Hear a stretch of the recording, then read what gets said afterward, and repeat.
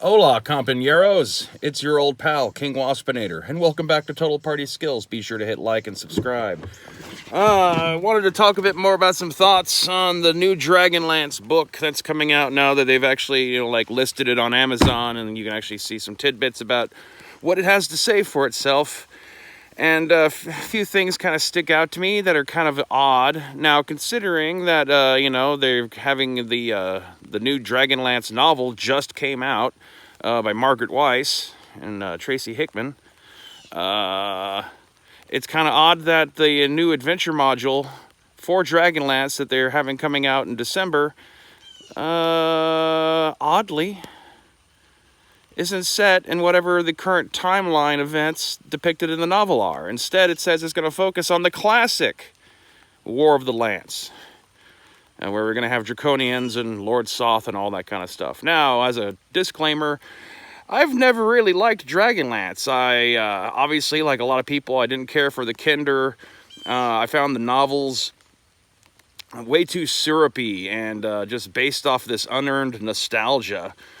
Which, like, years later, actually kind of resonates a bit more. But at the time it came out, it just opens up with all this stuff about how you're supposed to have all these fond memories for all these things you haven't really encountered yet as a reader. And, your friendship drama kind of stuff, which is what a lot of, D&D games back in the time that came out were kind of framed around. Now it's all heroes, and that's another thing that I noticed in the text for the new Dragonlance Shadows of the Dragon Queen book was, reference to, like, you're going to be heroes. And it made me think about the fact that there's been a lot of that shit going on, throughout D&D's marketing in recent years of its heroes. The thing with D&D is you don't start off as heroes. You start as low-level nobodies who, if they survive, can grow on to become heroes. But there's such this emphasis on being the hero, possibly to kind of cash in on the fact that, comic book movies have been such a thing for the last decade.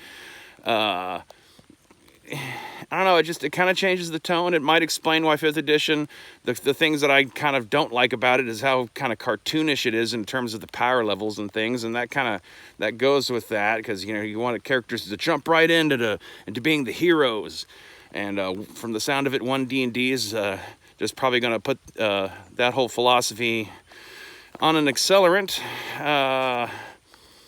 But, what all is going to get changed in this version of Dragonlance, I now start to wonder. Since they're going back to the War of the Lance, this is their chance to retroactively, diversify Dragonlance, shall we say, for their interesting new audience of players and people who just watch the show on Twitch and buy merchandise.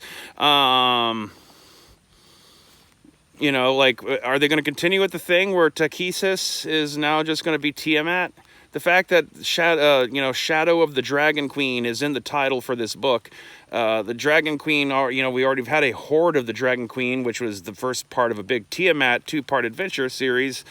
So I feel like that kind of indicates the strong possibility that they're going to continue with this thing where the Kryn gods are all just kind of being revised to be more the standard Greyhawk / Forgotten Realms gods.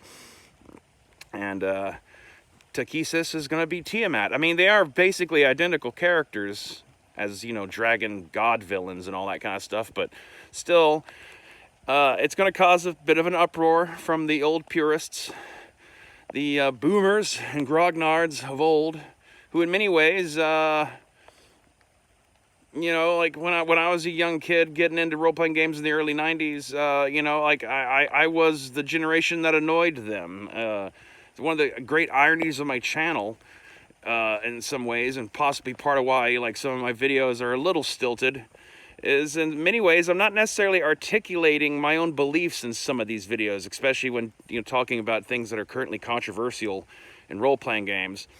Because as I've said in several videos, I was one of those White Wolf people, and White Wolf was the first big mainstream role-playing game company to be infiltrated by social justice, going all the way back then, and also then to be eaten by its own audience. After Year of the Lotus and Ebony Kingdom came out. and their attempts to, you know, like portray the supernatural from other parts of the world, and then people taking umbrage with decisions here and there as to how things are then portrayed, and, you know, all that kind of stuff. Fetishizing of other people's cultures and all that. You know, there's with quite a few things that are done in D&D in recent years, like, don't necessarily actually bother me. The thing is though, as I do understand why it does bother other people, and I don't think that, you know, those sorts of reactions are invalid, and I don't like how, you know, generally the company is kind of treating people, companies, I mean, it's hardly just Wizards of the Coast who does this kind of stuff, where, you know, like, it's almost to a point where lately they're getting like Marvel Comics, where they're doing stuff in the books that are put there in large part just to fuck with the people who've been complaining about the changes they're making. Change is inevitable. It's going to happen. It's not necessarily a good thing, though.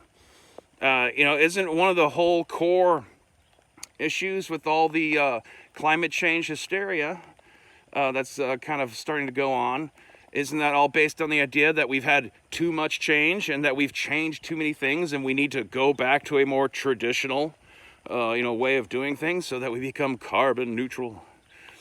You know, so it's weird that, you know, people who believe fervently in those sorts of causes are also, you know, the first to start, like, you know, making fun of people because they're complaining about something being changed. It's like, well, I mean, is the change good or bad? Like, what exactly is the change being done for, even? Is it just change for the sake of change?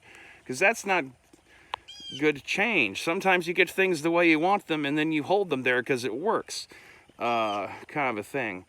So, I don't know. Also, like, are they going to introduce any more races into Dragonlance from some of the newer races that have been added into D&D since then? The fact that the Kender are still around, you know, it doesn't thrill me, let's say. It's why I preferred Taladus in the Time of the Dragon alternate setting for Dragonlance, because the Kender are way downplayed, and I found the whole setting a lot more interesting because it was so cataclysmic and all that. And you have Minotaurs being one of the primary civilized cultures and all that kind of stuff, and most of the humans are barbarians. Like, I thought Taladus was cool. I just never got into Anzalon. You know, they said in the blurb for the Dragonlance Adventure module that they're putting out that they're gonna, you know, have stuff about the sorcerers from the High Tower of Sorcery and all that kind of stuff. Are they still gonna have the whole little wheel thing? You know, for tracking what phase one of the 3 moons is in, so you can tell whether or not your magic powers are going to be extra juicy that night or not.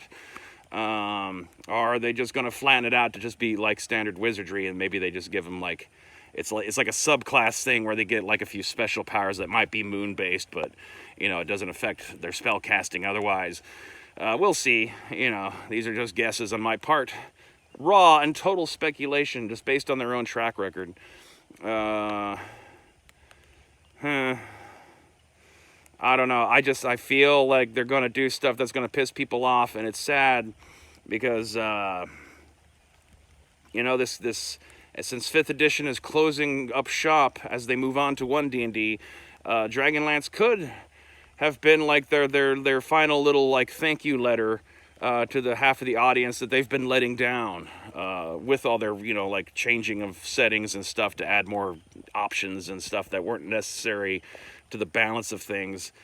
You know, adding, you know, as much as I don't mind the presence of stuff like Tabaxi and Leonin and adding satyrs and minotaurs and centaurs into your setting and all those other sorts of things, Aarakocra, all that, they have to be properly incorporated into the settings, because just throwing them into an existing setting can upset the balance of things if you're actually trying to sit there and properly think what it would be like to have yet another, you know, militant, you know, species out there in the world with their own priorities and stuff. You know, Forgotten Realms in 5th edition and in 4th edition have never been able to properly really integrate Dragonborn into the Forgotten Realms setting properly, you know, with some hinky stuff about, oh, well, you know, a kingdom and a part of the game world we're not even describing in any of our mainstream books just mysteriously winked away and was replaced by a Dragonborn kingdom. That's incredibly lame. You should have just left them out of the setting entirely, and had just let Forgotten Realms be Forgotten Realms, an optional campaign and not the core central campaign setting used for like 80% of your fucking products. But that's all hindsight being 2020, I guess. I don't know, there's a storm coming, if you can't tell by all the rain and gray weather out here. I guess I have some shit to do in my little forest, so until next time, hit the subscribe button and stay waspinated.